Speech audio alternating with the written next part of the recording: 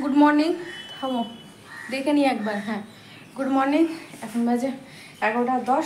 তো চলো সকালটা শুরু করলাম। সারাদিন কী করছি দেখতে থাকো। যদি রাত অবধি যেতে পারি তাহলে খুবই ভালো, তাহলে রাত অবধি যাচ্ছি, আর না হলে দিন অবধি শেষ করছি।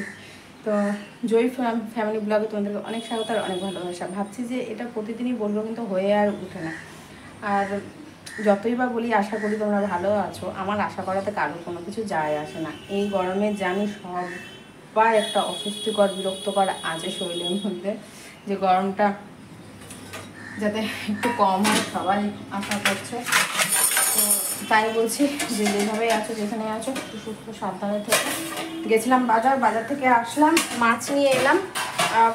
পোনা মাছ পেলাম। এখানে তো সব চারা পোনা বলে, পোনা মাছ বলে না, এখানে চারা পোনা বলে। চারা পোনা নিয়ে আসলাম। আর ছোটো কাচকি মাছ ছিল, ছোটো কাচকি মাছ 50 টাকা শ বলছে। মানে যেই মাছ 30 টাকা শ হয় বা 20 টাকা শ হয়, 50 টাকা শ বলছে। নিলাম না, নেওয়ার ইচ্ছে ছিল। ভাবলাম যে একটু পেঁয়াজ দিয়ে মাখিয়ে একটু তরকারি, থাক লঙ্কা চেয়ে করবো, অসুবিধা নেই। চাল যার সঙ্গে চাল ভিজিয়ে গেছিলাম। এই যে এখানে চাল বেশি নেই, 1 কৌটার মতো চাল রয়েছে, 1 কৌটা থেকে একটু বেশি রয়েছে। এই যে মাছ এখানে রয়েছে, মাছ ধোবো এখন। না, বাসনগুলোকে সুন্দর করে গুছিয়ে নিই। পড়ে রয়েছে। কালকে রাতে তো একটুকু ঘুম হয়নি। দ্বীপ ভোরে বেরোলো, তখন গিয়ে একটু শুলাম, মানে সুস্থির আস্থা পেলাম আমি। তখন একটু ঘুমিয়ে পড়লাম, তাও তার মধ্যে ঘুম ভাঙলো। জানি না কেন হঠাৎ করে ঘুমটা ভাঙলো। ভোর সকালবেলায়, কিন্তু এই তোমার কটা বাজে, 6:20 কি 6:15 এরকম বাজবে। দিয়ে তখন ঘুমটা হঠাৎ করে ভাঙলো, দিয়ে আবার 8টার সময় ঘুম ভাঙলো। দিয়ে এভাবে কি ঘুম হয় বলো তো? আচ্ছা ঠিক আছে, এগুলো সুন্দর করে গুছিয়ে নিই। আটাটা বার করে রেখেছি, ফটাফট রুটিটা সেরে নেবো। গরম লাগছে, গরমের মধ্যে গরমের বিষটা মারবো, রুটি করব, তারপরে ভাত বসবো। তাহলে রুটিটা সাইড করে রেখে দেবো। আমি জোটো এখানে রয়েছে বিছানাতে, এই যে যাই হোক বিছানাতে ছিল এখানে আছে। এখন একটু গেটটা খুলি, বাতাসটা ভেতরে আনাই।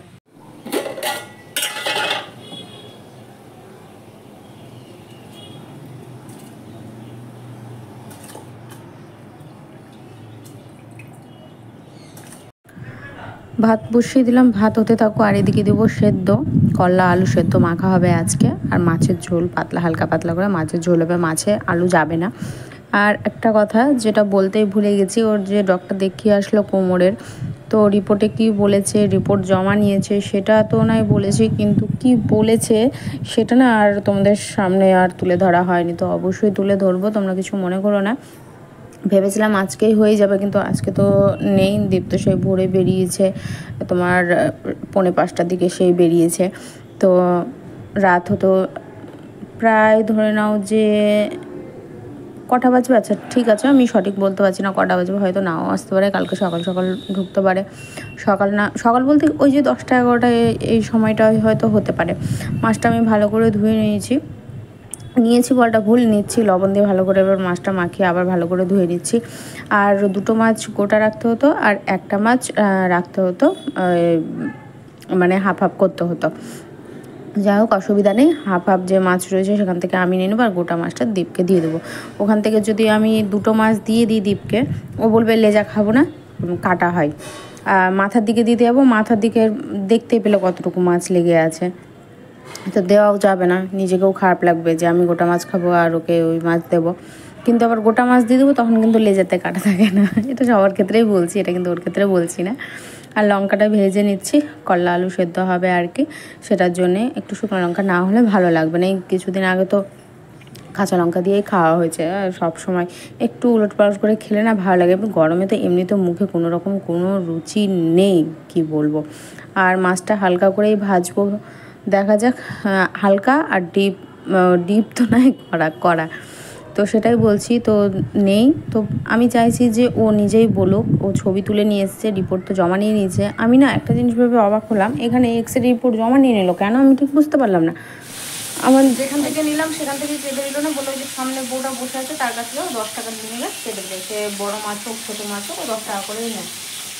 তো সেও পেটের দায়ে খাচ্ছে, তাও একদিক দিয়ে বলেও ঠিক আছে, 10 টাকা করে নিচ্ছে, বসে তো নেই, কাজ করে খাচ্ছে। মাছটার থেকে কী যে জ্বালা আমরাই বুঝি। আমরা এই ঝামেলার জন্য মাছ নিয়ে আসি না। আগে নয় উঠোন ছিল, বড় জায়গা ছিল আগে বসিতে, মাছ নিয়ে বসে গেছে। আমি সত্যি বলছি মাছ কাটতে যে ভালোবাসি তা না, মাছ কাটতে ভালোবাসি, কিন্তু জায়গা পরিস্থিতি হিসাবে এখন আর মাছ কাটতে ইচ্ছে হয় না। কেননা এতটুকু জায়গার মধ্যে মাছ কাটবো না, মাছের আঁশটা সম্পূর্ণ চারিদিকে ছিটিয়ে পড়বে। জানলা, এই যে ছোটো ছোটো কৌটোগুলো আছে, তারপরে এই নিচ সমস্ত কিছু পড়ে যাবে। তার জন্য আর মাছ বাড়িতে নিয়ে আসে আমি কাটি না, সমস্ত মাছ কাটি নিয়ে আসি, সে 5 টাকা নিই বা 10 টাকা নিই।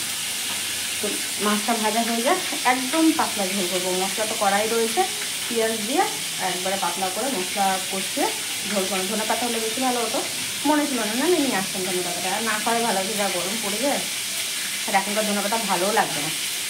জোরোগে খাইয়ে দিয়েছি, জোরোগে খাইয়ে রান্নাঘরে একদম ফটাফট চলে আসে মাছ ভাজতে। তো মাছটা ভাজতে বেশি সময় লাগবে না, আমি তো কিছু কড়া মাছ ভাজবো না, হালকা ভাজবো না। কড়া মাছ না কী বলবো, টেস্ট পায় না কেন কি জানি।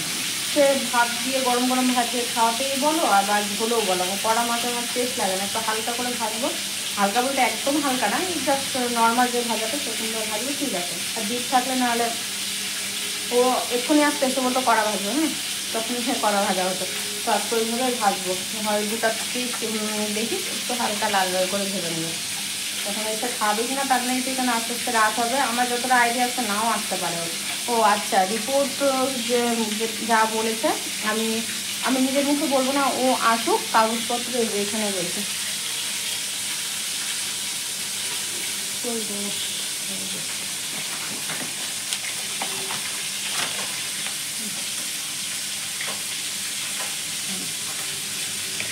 জমা নিয়ে নিয়েছে, বলছে যে 7 তারিখ, 7 তারিখে তো বললো না, 6 তারিখ, 6 তারিখ হলে তো কালকে মনে হয় রয়েছে 6 তারিখ, পরশুদিন 7 তারিখ মঙ্গলবার সেদিন। তো ও আসলে ভালো সব কিছু গুছিয়ে বলতে পারবে, আমাকে বলেছে, আমার থেকে বরং মনে ভালো ও বললে বেশি ভালো হবে। সময় সময় তো কথা বলতে জানি না, কি বলবো, আমতা আমতা করে থেকে যায়। তো মাছটা হালকা করে ভাজা ছিল, হালকা ভাজা হয়নি, কোনো অসুবিধা নেই, ওটা চলে যাবে। ঝোল একটু বেশি করে ফোটাবো, কারণ জলটা বেশি করে দেওয়া হবে ঝাল লবণটা দেওয়ার জন্য, যাতে মাছের ভেতরে যায় সেভাবে জলটা দিয়ে ফুটানো হবে। তো রিপোর্ট জমা নিয়ে নিয়েছে, কিন্তু আমি ডক্টর দেখিয়েছি বা অন্যরা দেখিয়েছি, কিন্তু রিপোর্ট কিন্তু জমা নিতে আমি কারো দেখিনি। রিপোর্ট কী করে, যখন ডক্টরকে দেখাতে যায় তখন কিন্তু দেখে, দিয়ে যা প্রবলেম হচ্ছে বলে ওষুধ কিন্তু দিয়ে দেয়। কিন্তু এখানে দেখলাম রিপোর্ট জমা নিয়ে নেবে, আবার বলছে যে 4 দিন পর আসো, আমরা এটা ভালো মতো দেখে সব কিছু করে টোরে তারপরে সাজেশন দেবো তোমাদেরকে। তো আমি একটু অবাক হয়ে গেলাম। আর যা রিপোর্টে আছে, আমি শুনেছি যে হাড়ের ক্যালসিয়াম কমে গেলে যা হয় আর কি, তোমরা জানো ওটা ক্যালসিয়াম ট্যাবলেট খেলে ঠিক হয়ে যায়, কিন্তু এটা না উল্টোটা হয়ে গেছে। এবার কেন বলছি এটা তো তোমরা জানতেই পারবে, কেন উল্টো বলছি। এখানে মাছটা রেডি করে নিচ্ছি, আর সেদ্ধটাও মাখিয়ে নেবো। আমি সেটাই বললাম যে এখানে রিপোর্ট কিসের জন্য জমা নিল, রিপোর্ট তো জমা নেয় না, আমি তো শুনিনি যে রিপোর্ট, এক্স-রে রিপোর্টটা জমা নিয়ে নেয়। কেন তুমি দেখিয়ে দিলে, তোমাকে প্রবলেমটা বলে দিল, হয়ে গেল, দিয়ে তোমার হাতে দিয়ে দিবে রিপোর্টটা, আর যা সমস্যা হবে সেটা নাই হবে, মানে যা প্রবলেম হয়েছে সেটার সলিউশন দেবে। রিপোর্ট তো দিয়ে দেয়, বলছে না 4 দিন পর ডেট দিয়েছে, তো তখন গিয়ে আমাকে সব কিছু ঠিকঠাক বলবে। আর ছবি তুলে নিয়ে এসেছিলো, বললাম ভালো করে পুরো ইয়েটা ছবি তুলেছো, বলছে যে কিছু বললো না, বলে যে হ্যাঁ তুলেছি, দিয়ে তো আমাকে দেখালো। একটা জিনিস কী বলো, রিপোর্ট জমা নিয়ে চালাম, দেখো আবার রিপোর্ট চেঞ্জ না করে দিয়ে বলবে এটা হয়েছে ওটা হয়েছে, দিয়ে হয়তো বলবে যে অপারেশন করতে হবে, অপারেশন না করলে ভালো হবে না। তো এইসব ফাঁদে কিন্তু কখনোই পড়ো না, কেননা আমি কিন্তু বিশ্বাস করি না, আমি সত্যি কথা বলছি, আমি নার্সিংহোম জিনিসটাকে খুবই অবিশ্বাসযোগ্য মনে করি। কেন ওখানে সব চোর বসে থাকে, ডক্টররাও যেমন চোর হয়, সেরকম ওখানকার যারা স্টাফরা থাকে তারাও কিন্তু প্রচুর পরিমাণে চোর হয়। আমি বিশ্বাস করি না, তোমরা হয়তো বলবে এটা আবার কেমন ধরনের কথা, না গো সত্যি বলছি, আমি বিশ্বাস করি না। নার্সিংহোম নামটাই যেন শুনলে আমার কেমন একটা বিরক্তকর লাগে, তার থেকে আমরা হসপিটাল অনেক বেটার বলবো। যে চোখের সামনে যাই হোক, দেখাশোনার জন্যে তোমার নিজের বাড়ির লোকে গার্জেন থাকে, তারা ছল চাতুরি করে না, 2টো সেলাইনের জায়গায় 12টা সেলাইন লেখে না, যেটা লাগারও না সেটারও ওখানে লেখা থাকে। এতটা পরিমাণে সব কিছু ওষুধপত্র লাগে যে তুমি 2 দিনে ছেড়ে আসবে আর 10 দিনে ওষুধ লাগবে, আর যাওয়ার টাইমে দেখবে যে একটা ওষুধ পাবে না, বলবে যে দিয়ে শেষ করে দিয়েছি, খাইয়ে দিয়েছি। তুমি যতই বলবে যে না আমি তো ওষুধ খাইনি, আমি তো এই 2 দিনে 3টে 6টা ওষুধ খেয়েছি, বলবে না সব কিছু দিয়েছে। এটা হয়েছেও আমাদের সাথে, তার জন্য আরও বলতে পারলাম। তো সেই ক্ষেত্রে আমরা টাকাও রিটার্ন পেয়েছিলাম, যখন আমরা বললাম যে একটা মানুষের ক্ষেত্রে এত কী করে লাগে, তাও 2 দিনের জন্যে। তখন যাই হোক টাকা আমাদেরকে রিটার্ন দিয়েছিল, কোনো ঝামেলা করে চুপচাপে টাকা রিটার্ন দিয়ে দিয়েছিলো আমরা যখন সব কিছু প্রমাণ প্রুফ দিয়ে দিতে পারলাম কাগজের দ্বারাতে।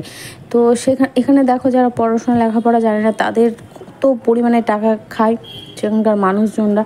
তো আমি সেটাই বললাম যে তুমি রিপোর্টটা জমা নিয়ে নিয়েছে ঠিকই আছে, কিন্তু তোমাকে ছবি তুলে নিয়ে আসতে হতো, ওখানে যে নাম্বার টাম্বার সব কিছু থাকে তাহলে সেই নাম্বার অনুযায়ী তুমি কিন্তু ওটাকে নেওয়ার সময় দেখতে পারতে। তো চুপচাপই থাকলো, কিছু বললো না। আনলাম যে ওগুলো কথা বললে একদমই বিশ্বাস করবে না। এক্স-রে রিপোর্ট তুমি যখন ছবি তুলেছো ওখানে যা দেখিয়েছে তুমি সেইভাবেই চলবে।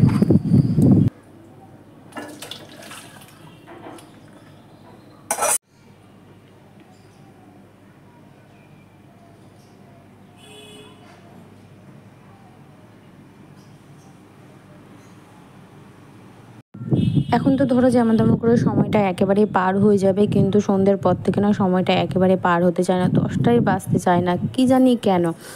আর তো সেই সময় না ফোন নাড়তেও আমার একেবারেই ইচ্ছে করে না, বিরক্তকর লাগে, চোখ ব্যথা করে না মাথা ব্যথা করে বুঝতে পারি না, কিন্তু বিরক্তকর লাগে। তখন হাত থেকে না ফোনটা নামিয়ে দিই আর ছাদে তখন হাঁটা চলা করতে শুরু করে দিই, কিন্তু কতক্ষণ বা তুমি হাঁটা চলা করবে সেটাও ভালো লাগে না। মানে সন্ধ্যের পর সত্যি বলছি একটা বিরক্তকর কাজ করে আমার ভিতরে। আজকে আবার ভিডিও আপলোড দিইনি, একটুও খেয়াল নেই, কেননা সকালবেলা ঘুম থেকে দেরি করে ওঠা হয়েছে। সকালবেলা ঘুম থেকেও টাইম মতো উঠলে কী হয়, আমি একদম সব কিছু কমপ্লিট করে দিই, তারপরে আমি রান্নাঘরে ঢুকে যাই, সমস্ত কাজকর্ম করি আর কি ঘরে, রান্নাঘরে। তো আজ হয়নি, ভাবলাম যে থাক সমস্ত কিছু করে নিই, করে নেওয়ার পর আমি একবারে যখন বসবো তখন সব কিছু করবো। এডিট করা কমপ্লিট হয়ে গেছে, কিন্তু তোমাদের কাছে পৌঁছতেই পারিনি। তো সেটা সব দিন তো সমান থাকে না, আর পৌঁছলেই তো এক জায়গাতেই থাকবে, যার যখন সময় হবে তখন তোমরা দেখে নেবে বলো। আর হাতে যে দাগটা দেখতে পাচ্ছ, এই হাতের দাগটা সেদিন ধাক্কা ধক্কিতেই লেগেছে জোটোকে সরাতে গিয়ে, মানে ওই বাথরুমের ওয়ালটা আছে, ওই ওয়ালটার সাথে ধাক্কা লেগেছিলো, ব্যাস ওটা থেকে কতটা, তাও তো কম দেখছো, একদম পুরো ফুটে উঠেছিল।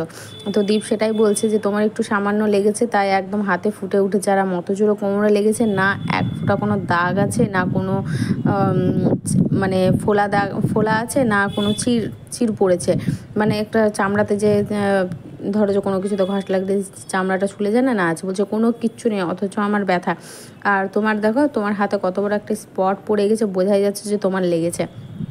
তাহলে কী অবস্থা, হালকা লাগার পরিণাম আর বেশি লাগার পরিণামের কত পার্থক্য আমি বুঝতেই পারছি না, কিন্তু তোমার এটা দেখলেই বলবে যে হ্যাঁ নিশ্চয়ই কোনো একটা ব্যাপার, গুরুতর ব্যাপার হয়েছে, কিন্তু কোনোই গুরুতর ব্যাপার নয়। তো ওটা নিয়ে একটু কথা হচ্ছিল, আর জোটোর সঙ্গে আমি এইভাবে মজা করতেই থাকি, কারণ দেখো ও তো বোর হতে থাকে না, কেন গেট যতই খোলা থাকুক ও বাইরের দিকে যতই তাকাক কিন্তু শুধু তাকিয়ে থাকে, এছাড়া তার কোনো কিছু না। আমার মতো তো আর ও বাইরে যেতে পারে না শুটশাট করে, এখন যেমন বেরোই না রোদের জন্যে, কিন্তু ওকে একবার করে বার করিয়ে আমি 2 দিনে 3 দিনে এরকম বার করে একটু ছাদ থেকে ঘুরিয়ে নিয়ে আসি। তো 2 দিন হলো আমি নিয়ে যাইনি, তো এখন নিয়ে যাব না, 2 দিন আবার বন্ধ রাখবো, নাহলে একটু নেশাটা বেশি হয়ে যাবে, তখন ঘরে থাকতে চাইবে না। আর খাবার নিয়ে আমি বসে পড়লাম, আলু সেদ্ধটাই বেশি নিয়েছি, তার জন্য ভাতের পরিমাণটা কম নিয়েছি, কেন যদি সব কিছু সমান সমান নিই তাহলে তো পেটের অবস্থা একদম মারাত্মক বাজে হয়ে দাঁড়াবে, নাড়াচাড়া করতে পারবো না। আর আমি হাফ মাছ নিয়ে নিলাম, হাফ করে 2টো নিয়ে নিলাম, গোটা মাছটা দ্বীপের জন্য রেখে দিলাম। তো চলো এখন খাওয়াটা কমপ্লিট করে নিই, তোমরা তোমাদের মতো করে ভালো থেকো, সুস্থ থেকো, সাবধানে থেকো। আজকের মতো এখানেই বিদায় নিচ্ছি। সত্যি বলছি আজকের রান্না খাওয়াটা খুব সুন্দরই হয়েছে, আলু সেদ্ধটাও খুব সুন্দর হয়েছে, এদিকে মাছের ঝোলটা যেভাবে চেয়েছিলাম সেইভাবেই হয়েছে। দীপ যদি থাকতো আজকে বলতো যে হ্যাঁ ভালো হয়েছে, ও ভাত আজকে ভালো মতনই খেত, মানে ভালো মতন খেতে বলতে হ্যাঁ নামার পর যে নিয়ে যাবে সেরকম নয়, ও যতটুকু খেত ভালোই খেত। এই ধরনের ঝোল পাতলা ঝোলও খেতে পছন্দ করে, ঝোল যেমন লাগে আমার, ঝোল ডাল তরকারি আমি সত্যি কথা বলতে আমার লাগে পরিপূর্ণ, কিন্তু দীপের শুকনো শুকনো খাবার বেশি পছন্দ করে।